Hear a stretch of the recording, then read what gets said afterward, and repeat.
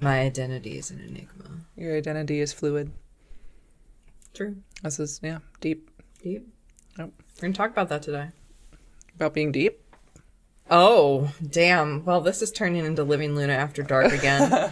No, about fluid identity. Oh, wow. Because queer topics. Yeah. So this is the queer episode, probably one of... A billion. Yeah, we'll probably... All these episodes are queer. Yeah, because we have queer peeps hosting the show. Duh. Gay.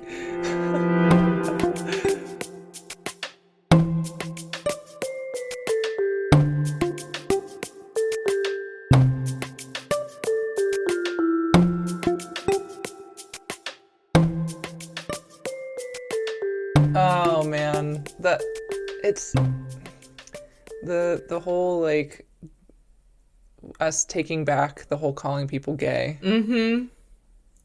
Like that was such a big. I mean, there are still people that, if they're called gay, they consider it derogatory. But Right. But in the gay community, being called gay is just like okay. Like, oh my god, this game is so gay, and that's a good thing. Yeah, and you're like, I want this game to be gay. Or this game isn't gay enough. Mm-hmm. Need at least some gay rep. Yeah, and then people are like, oh, why does there always have to be one gay person, like a token gay, in this entertainment thing? And I'm like, yo, we had to deal with 100% heterosexual stuff forever. Like, every representation is so important. That's a whole other episode. Yeah, whole other. But yeah, like, representation is very important, and it was so good to finally see myself reflected in games. Yeah. And you don't have to, well, and then of course there are mods that you do purchase for games, like poly mods for every game. Oh my god. My time at Porsche Polymod, I had like... Didn't you like glitch it out? I screwed it up, yeah, but I had 4 wives and 6 husbands or something. Yeah. And I was like working on romancing. You were trying to romance another everyone. wife. Yeah. No, not everyone. Only the people I clicked with. Which was a lot. Which was a lot, because those are very lovable characters. Mm-hmm. And as a poly person, basically... You love love. Not I love love. I just love people. And I don't see boundaries of love as long as it's consensual. Mm-hmm. Like... And there's should time. be between 2 people. Well, yeah. But also constrained by... Time and energy. Time and energy. Time and energy are not unlimited, even though love can be. Exactly. So it's like when people say, I'm polysaturated, it's not that like if they came across someone and like they can't fall in love with them either. It's just, it's really hard to balance, that many relationships maybe on top of also your own self-care. Wow, this episode has turned into a poly rant. It wasn't a rant. Well, poly soapbox. So climbing down from the poly soapbox before I climb up on it somehow. I mean, the polyamory is definitely could be considered an LGBT. Well, it's a relationship identity that's different than the norm. Heteronormative, mononormative society. Yeah. So.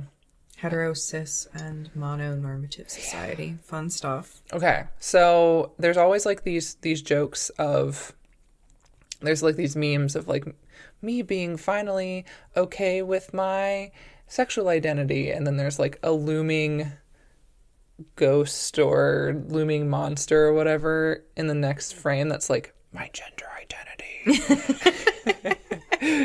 Like, and it's funny because it's like so many people relate to that, and I wonder why. I mean, I relate to it, and do you relate to that? Like, do you feel like you figured out your sexual identity before gender identity? That's a good question. Being someone who is sort of fluid and feels like I have more than one quote unquote side to me. Mm-hmm. I don't know that I'm ever going to... Gemini. I don't know if I'm ever going to figure it out entirely. like, I've changed labels so many times, and it's something that I normalize for my clients and the people that I train on LGBTQIA plus concepts is we change throughout our lifespan and our identity changes. And if you asked me what I was, and I had the words for it when I was 11, I probably would have called myself bisexual. But then I was pansexual due to the, the issues of the bi label that were happening for a while. And then I was heteroflexible because I felt like I had to be that for a long time. And then I was a lesbian, and now I'm back to bi. Yeah. Like, as our understanding of ourselves changes, our labels are going to change. And obviously, in a perfect world where everyone gets along and we're all unified and we all respect each other, we wouldn't need quote unquote labels. Some people might still like them, but as it stands now, we need that in order to be able to find people that will understand our experience, so we can experience unity in that. Yeah, and I mean, that's such an interesting thing is there's people who are fine with the fluidity of not needing labels, and then there are people who feel more secure having labels. Right. So it's especially like also in terms of relationship dynamics, because like in the poly world and queer world, polyam world, sorry, and queer world, there's like the concept of, queer platonic partners, nesting partners, boyfriend, girlfriend, Joy friend, yeah. All the different labels you could put on what the relationship is. Friend, best friend, life partner, all those things. And I remember for me, my level of security is on that label. Like, it helps me kind of define, like, orient myself to what our expectations are on the relationship, versus Afriana, who, based off of the experiences I've had with her being polyamorous and meeting people and dating people, the label often comes much later. Yeah, labels weren't important. Yeah. To me. Like, usually you would come bearing a label because I asked what that meant. You're like, what's going on? Can we put a label on this? And you're like, I'm not really going to put a label between me and this other person, but if you have based off of what you think boyfriend and girlfriend are, that's what we are. And I'm like, oh, okay. Thank you for that. So I know. But like, it's okay for our sexual orientation to change. My gender identity,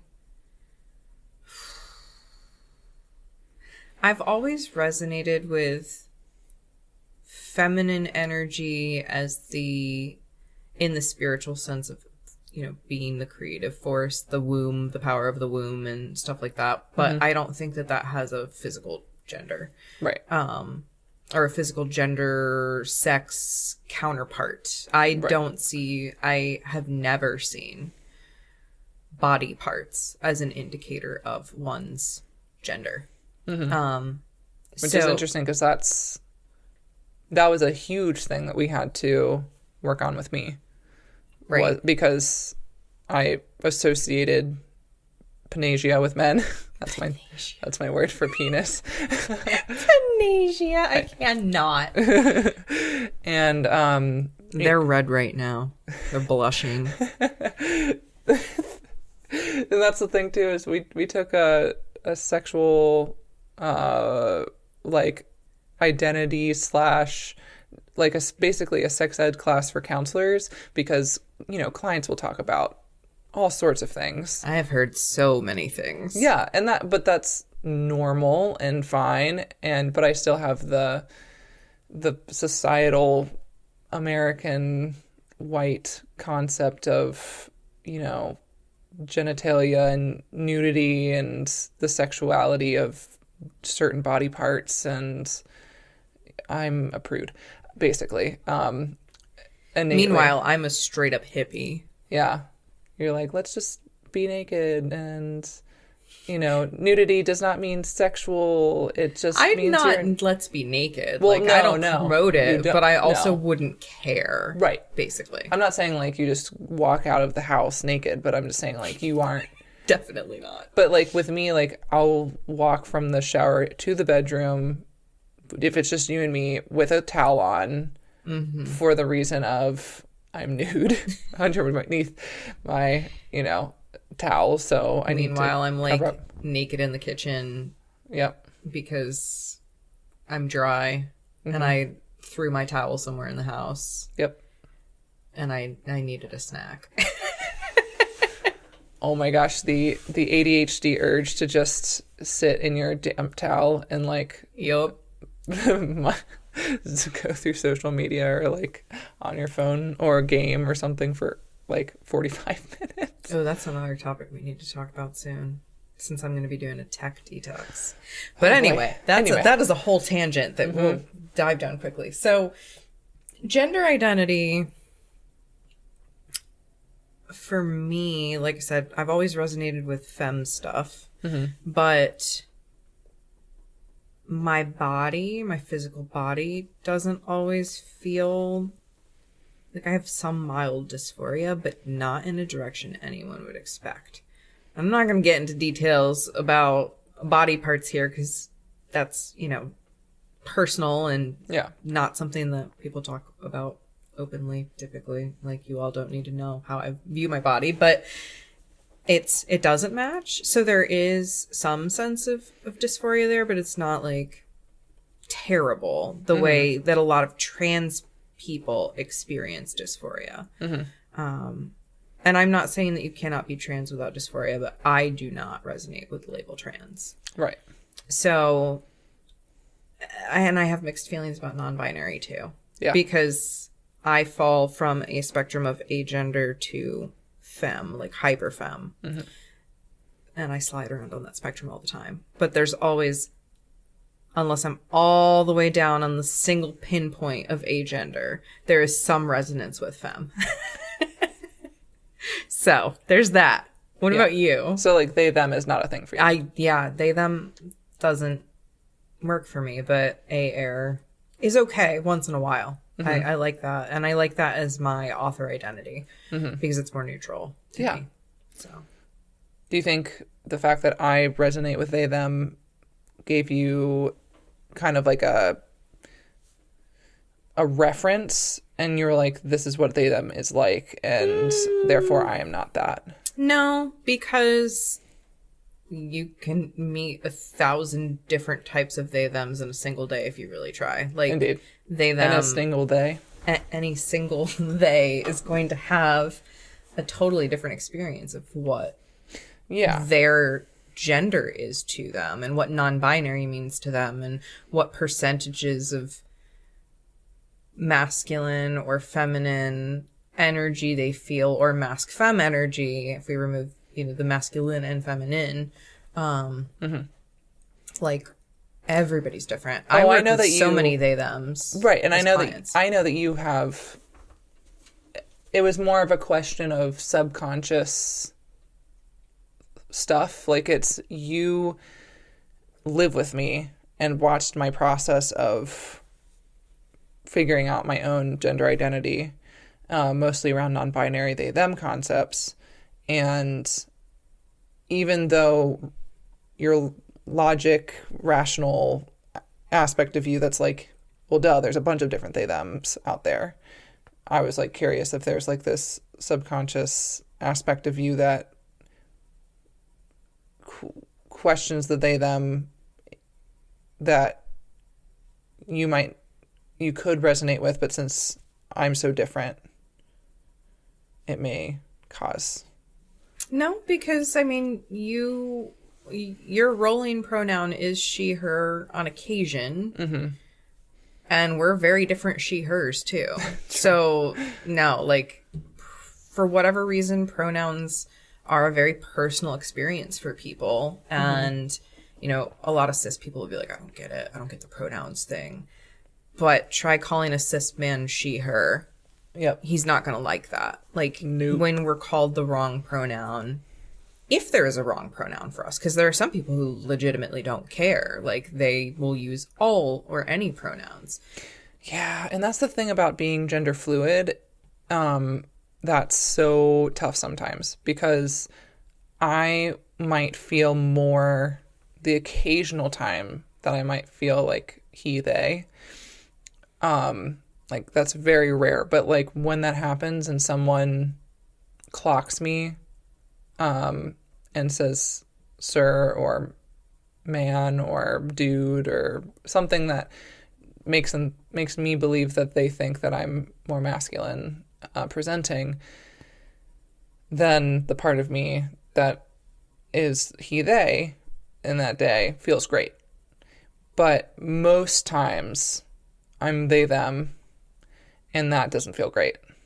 But it's like, unless I'm wearing a big tag on me every day about, hello, my pronouns today are this and this, which, I mean, you can do, people are going to assume your gender.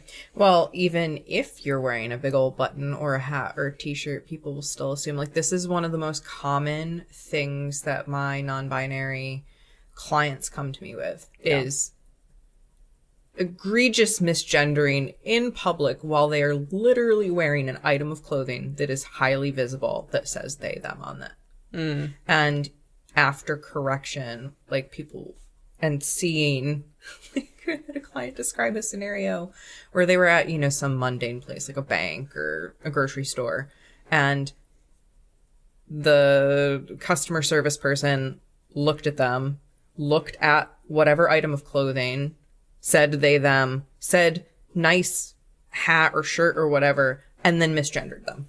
Oof. Like, unfortunately, even when we are super prominent with our labels and have them visible, people won't necessarily respect them. So it's, however, difficult. This is hard too, because that person could have looked at that, tried to put it in their brain, and accidentally, unintentionally misgendered them. Unfortunately, based off of that scenario, like, we won't really know, because that was like a public person. You don't really know them. Like, a lot of times whenever friends or family accidentally misgenders me, like, I know that they're not doing it intentionally. And a lot of times they'll correct themselves and be like, oh, sorry. Or, like, they won't realize it. Like, there are people out there that, like, I have my, I usually have my pronouns in, like, the Zoom window or anytime I'm doing a video call with somebody. And I sometimes get misgendered there. Like, they'll call the whole room ladies or whatever. And I'll message them by, you know, individually and be like, just want to let you know, like, could you use gender neutral pronoun or gender neutral things for, like, folks or peeps or something like that. And they're like, oh yeah. And then they'll still sometimes use she, her for me. And even with the they, them right underneath but it's like, a lot of times I know that it's not out of disrespect, because I have misgendered people before and I've felt terrible, but sometimes it's just, unfortunately, it's a societal thing that we've been taught, and it's constantly us relearning that, like, growing that muscle of, this is this person's pronouns, this is what I'm going to use, no matter what my brain is telling me what category they might fit under. Right. I know for whatever reason, despite what in the ADHD fuck is my brain, I've always had an easier time than everyone else around me with switching pronouns for people.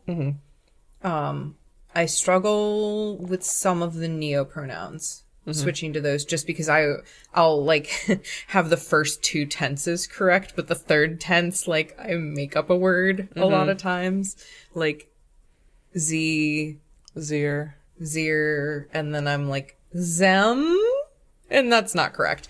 But I've always had an easier time switching than a lot of people. And I agree for the most part, it's not disrespect, but there unfortunately are still people that it is. And that is a lot of where the distress with the people that I'm working with comes from. Oh, yeah. Because they'll correct and people will blow it off or just do it immediately again anyway. Yeah. So it's difficult. And especially if your clients are people who have experienced trauma with their families or people who are close to them, invalidating their experience, because then that causes people to lose trust in others, ultimately. Right. Because even if it's unintentional, it shifts them back to when their family was being disrespectful, and they're like, this person's disrespecting me. And that can cause a reaction versus if, like, for me, a lot of people were very respectful of my pronoun change. So for me, I have kind of like the optimism that they are not being disrespectful to me. And if they are, that sucks. But since I don't have that traumatic experience before, I can kind of blow it off. I have a higher level of tolerance to it, even though I am working on getting better at correcting people in the moment, which is very hard. Right. I feel very privileged that I don't need to correct people on pretty much anything other than my name occasionally. But I'm going to get clocked she, her by anyone clocking people with genders. Yeah. Like, which, by the way, try not to do. Try not to lady or ma'am or sir people. Like, you can just say, hello, how can I help you? Or yeah. And how do you feel about, because I know a few people in my life who have so much experience with people who go by they, them, that they then use they, them for everyone. I don't mind that as I don't know your pronouns, so I'm going to use a neutral they, them until I know your pronouns, but I'd rather somebody just ask. Like, it does bother me when people use they, them. Yeah. For me.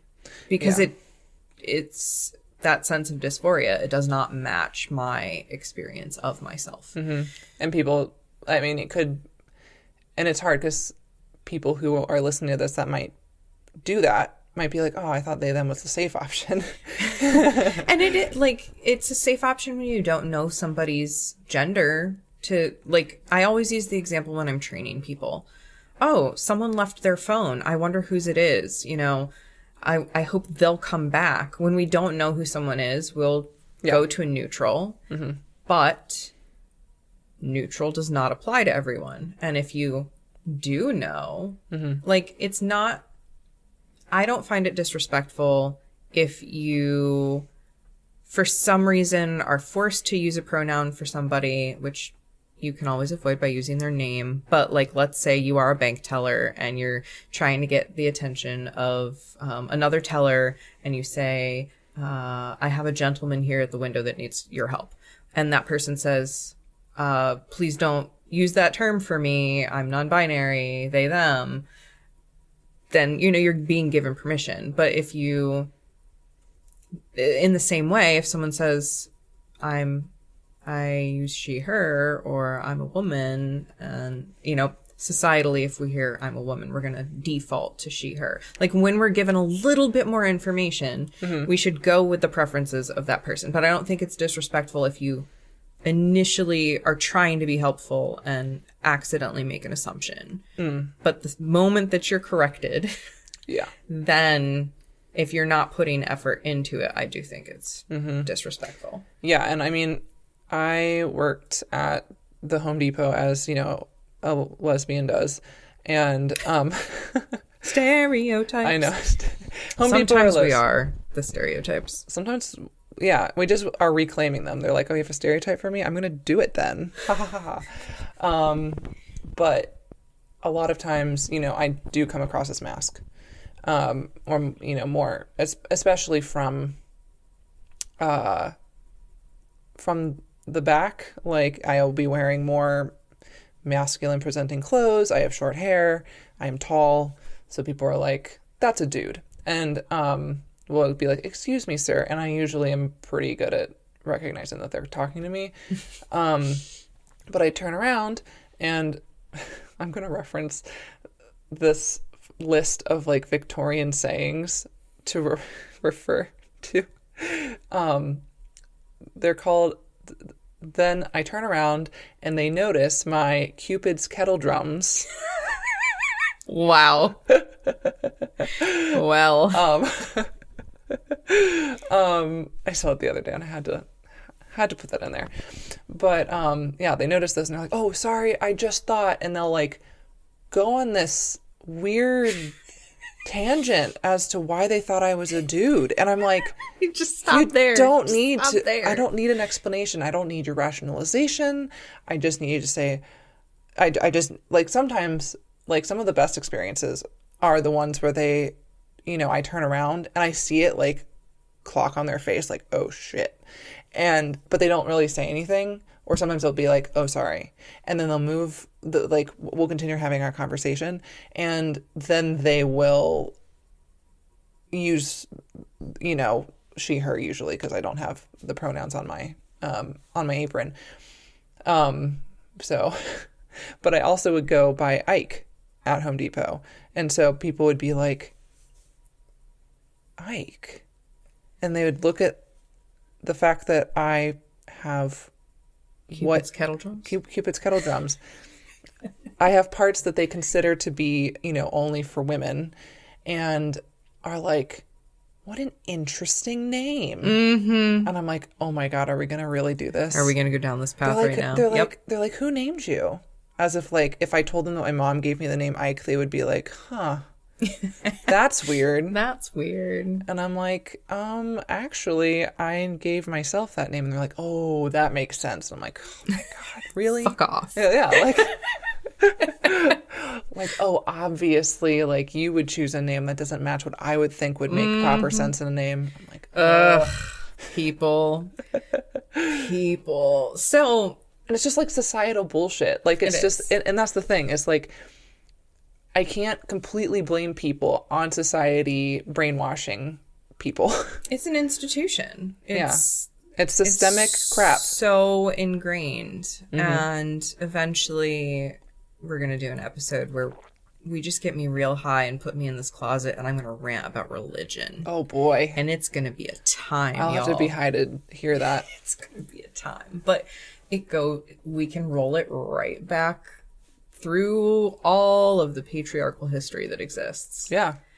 And I mean, there's so much historical bullshit regarding, like, I'm sure we'll do another episode regarding regarding neurodivergence, because I'm like so amped up about the different sides of how to work with autistic people. Because there's the whole concept about functioning labels. There's a whole concept about ABA, behavioral therapy versus person-centered therapy versus the harm regarding different types of therapy, the voices of autistic adults, the voices of of parents who raise autistic kids, and there's so many different voices coming up that are bashing into each other. Mm-hmm. And I'm just not okay with that. And that's the sort of thing of like the same concept, similar concepts regarding different queer labels and queer trains of thought and or heteronormative concepts or allyship or there are so many things that I never want to be considered centrist, because obviously that's letting the oppressor win, but at the same time I want more information to gather on different things regarding. There's a difference between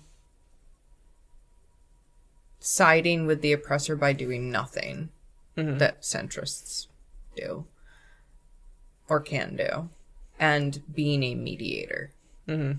Because a mediator is trying to bridge the gap between the two. Yeah. Yep. And the oppressor is the oppressor because they're afraid.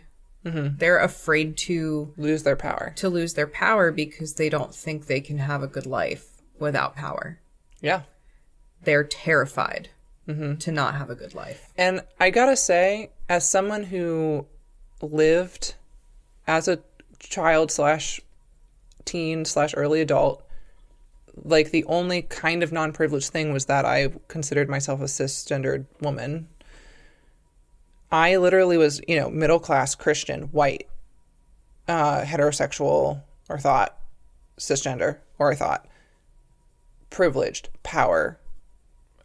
But after I've been knocked down a few pegs and do live like, I'm not saying like being in a minority is awesome at times. Like there's still the oppression and it still sucks. But the awareness of realizing like you don't have to be privileged to have you don't have to have all of the power to have a great life. Yeah, to have meaning in your life. Like the leveling of the playing field and raising people up to be on the same level as you is such a great feeling. Yeah, when everybody has enough and enough extra to enjoy some things. Yeah. Like we could all have a nice little boat that we could go out on the ocean with, or share vacation homes where we can all just freely timeshare and go off into the mountains at different times of the year. Oh, that'd be nice. Like we could share the resources, but we don't. Yeah. Anyway, sorry, that was a fun tangent. Yeah, another tangent. I am back to the gay stuff. The gays. Gay. Heck. I know we talked about gender. We talked about gender. We talked about labels shifting. But, like, what about, briefly, I suppose, our sort of coming out stories / experiences? Yeah, I mean, that I lived most of my life. I was a late bloomer compared to you in terms of sexual. Well, that's because trauma, but also, we're not going to go there. Yeah. Not today. Not today. But in terms of relationships, like I never had a serious relationship with anyone until I was in my early 20s. And I remember being like, this isn't working out.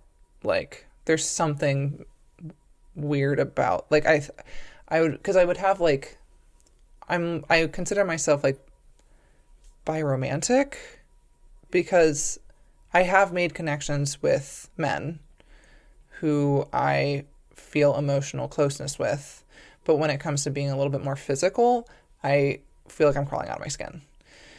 So I was like, this is weird. And I like started going down this weird rabbit hole of downloading every dating app possible. I even spent freaking $75 for a month of, what is it called?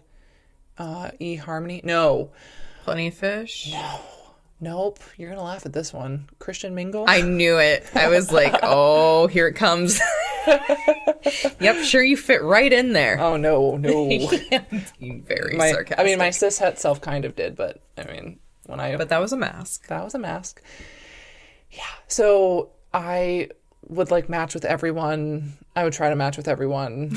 I would message everyone.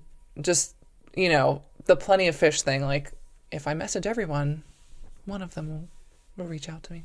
It was sad. Anyway, so I got a hit from a few different guys and had to learn the hard way of, like, when they ask for your Snapchat, it doesn't necessarily mean that you're going to have wholesome conversations. You poor, sweet, innocent babe. Yep. It was fun. Not fun. But anyway, so I remember coming out to my parents and being like, I don't know if I'm straight. Like, that was, like, the only thing that I was like, I don't think I'm 100% straight. And rationalization of my hetero, cis, white parents started coming in of being like, well, maybe it's because of this, or maybe it's because this is happening. Maybe you just haven't dated enough men to realize. You just have to find the one. Yeah. Like, maybe you're just frustrated with the fact that you haven't found the right person. And, like, I felt invalidated. And I mean, I know my parents were just trying their best, but I felt invalidated in the moment. And basically was like, I'm first going to prove that to them that I am I'm going to do the research myself and date a bunch of guys and be like, see, I've played the field. I don't like any of them to that extent. And so hopefully that proves to you that I can now go and pursue other genders. Thank you.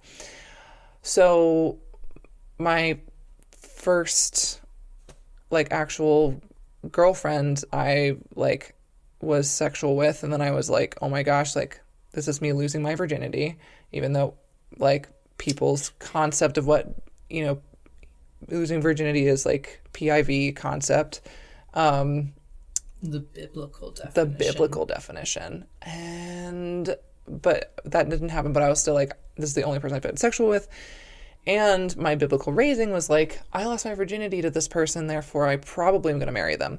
So we even though things got incompatible at different points in time, I still was on this path of if I break up with this person, my parents are going to be it's because you're gay. It's because it's with a woman that it didn't work out. Yeah. And I was I am not going to let them win. So I stayed with this person for way too long. But yeah, that was my, and then I met Safriana and things have been up from there. But that was kind of the crash course of my sexual awakening. And I still am constantly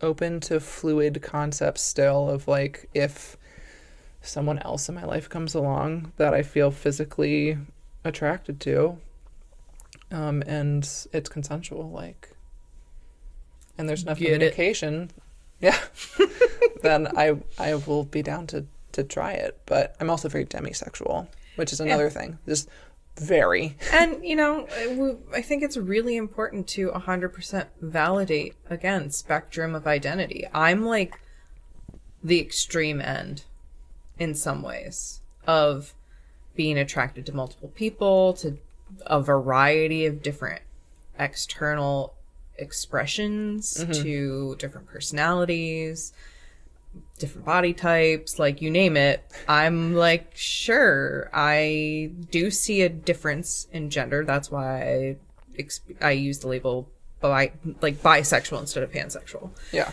Because I'm not gender blind, but somebody's internal sense of their femme to masc energy I relate differently to. But so earlier in the episode you were saying if you had a label for it, you would have said you were bi when you were 11. Mm-hmm. So when you were 11, did you already know that you were attracted to more than just boys? Men? Yeah, definitely. There's two things that I want to just point out before they escape my mind, and one is the overlap of religion on coming out stories. Yeah. And two, not having labels or understanding of things and how that can make things confusing. Because when I was a little kid, I couldn't tell you because trauma and the fact that I have so much fracturing in my memories. But I was definitely into Aladdin and Jasmine. But how was I supposed to pick between Aladdin and Jasmine? They are both smoking hot. But shame on you, Disney, for making really hot characters. Thirst traps when I was 4. Good Lord. But there's a video of me singing that in the bathtub that I hope has gotten burned by now. But anyway, yeah. So I didn't have a word for it, so I didn't. If you want to hear Safriana sing in a podcast, please donate now. A whole new world. Oh, we get it for free. Excellent. There we go. That's the bathtub song. Excellent. At any rate, I didn't have a word for it, so I didn't really realize that I was quote unquote attracted to or open to not boys until I had a girlfriend. And we were just going there. It was just happening. So I'm like, okay, that's fine. But then my coming out story kind of also has to do with religion and trauma. Yay! And I was abused as a child, and I won't get into details in this episode because, no trigger warnings here. But basically, my childhood abuser found out that I was in a homosexual relationship and told me it was sinful and that I was going to go to hell if I did not repent, and told me never to talk to my girlfriend again. And that was that. And I locked that part of me away because he threatened that my mom would be disappointed in me, that my mom would abandon me. And come to find out, all these years later, once I got with you, my mom was like, oh, I knew about you and Mary. And I'm like, well, why the hell did you not say something? Like, if you're a parent and you're listening to this and you suspect your kid could be gay, or like you've caught them, you've got a son and you've caught him kissing the boy next door, like, validate it. Yeah. Just be like, hey, I noticed you and Mary, we're sitting really close. Like, I just want you to know, if that's a romantic thing, like, I'm okay with it. Yeah. Like, just normalize it. But also don't make assumptions, right? Right. Like, you don't have to be like, that doesn't have to be romantic. Like it's not like, oh, hey, like, what do parents sometimes do? It's like, is that your little boyfriend? Oh my gosh. Which the hets are so guilty of with any, I mean, that was and me girl as pairs. Yeah, that was my childhood, was whenever there was a guy that would be like potential, I guess, that I had found as friendly, like that would be a thing where people are like, ooh. I mean, and that's passed down to the kids, and then kids would be like, oh, are you staying with your boyfriend? Like, oh my gosh, yeah, please stop. And so those assumptions are harmful, but it's okay to say, like, however you identify, I support and love you, just to validate it, because there is such a thing as abuse based on sexual orientation or gender identity. Like, it's a whole category of domestic or intimate partner violence. And that is part of what I experienced. And had my mother, love you, Mom, I get it, trauma, had my mother in that moment been able to recognize, like, oh, I should validate this and just normalize it because I love my kid no matter what, the abuse that I endured based on that might have not happened, because I would have had a healthy example of, oh, like, this is okay. It's okay for me to be like this. And your abuser wouldn't have had that power. Right. Because he couldn't use it as a threat of, oh, well, I'll out you to your mom. And you're like, she already knows, bitch. Yeah. And, like, literally the term that was used for me was dirty little lesbian. And I didn't remember that until, like, three years ago now. Due to some shamanic healing work from a beloved friend, and she had this experience, this vision of me at 11, and, like, when she told me about it, all of a sudden there was this flood of memory that came back, and I remembered him calling me a dirty little lesbian, and me just locking down that entire aspect of my identity. Yeah, so you had to kind of reclaim it when we first started dating. Right. Even though you are bisexual, but you're like, I'm going to reclaim this label right now. Right. I didn't really date other non-cis men. Yeah. Until you. Like, I dated Ariel briefly. I went out on dates with cis and trans women and non-binary people and cis men. Like, I think I've dated trans women too. So, like, I've dated the gamut, but I wasn't able to take any of those relationships, quote unquote, seriously, because that was still locked down. That makes sense. And it wasn't until I started to kind of step into my power as a queer person, and my role as an intersectional feminist, with trying to come up with that term for not quote unquote my ex. Okay, so you don't want to have ownership. I don't want to have ownership over a person from my past. A prior relationship. There we go. So A prior relationship. a prior relationship, that person did not see, because he was AMAB, he did not see relationships with non-AMABs as quote unquote threatening. He treated them as though they were lesser than. The one penis policy? Yeah, more or less a one penis policy, which once that was broken caused a whole bunch of other issues, but that's a whole other topic. So many topics. So many topics. We should just talk in this closet for the rest of our lives. I do that with you. These are the closets of our lives. This is soap opera. Soap opera. I almost called it a soapbox. It is a soapbox. But yeah, so like it was not until I started fighting back against the idea that, excuse me, that non-cis-het relationships were somehow lesser. Once I started breaking out of that, then that chain that I'd put around being bisexual also was able to start breaking, and then I was able to approach the relationships authentically. So yeah, and that's all about living Luna, is being authentic, loving unashamed, and normalizing authenticity. And with that, I would say that was a great way to end it. Yeah. Good job. Now we're going to talk about how we're ending it for 5 minutes.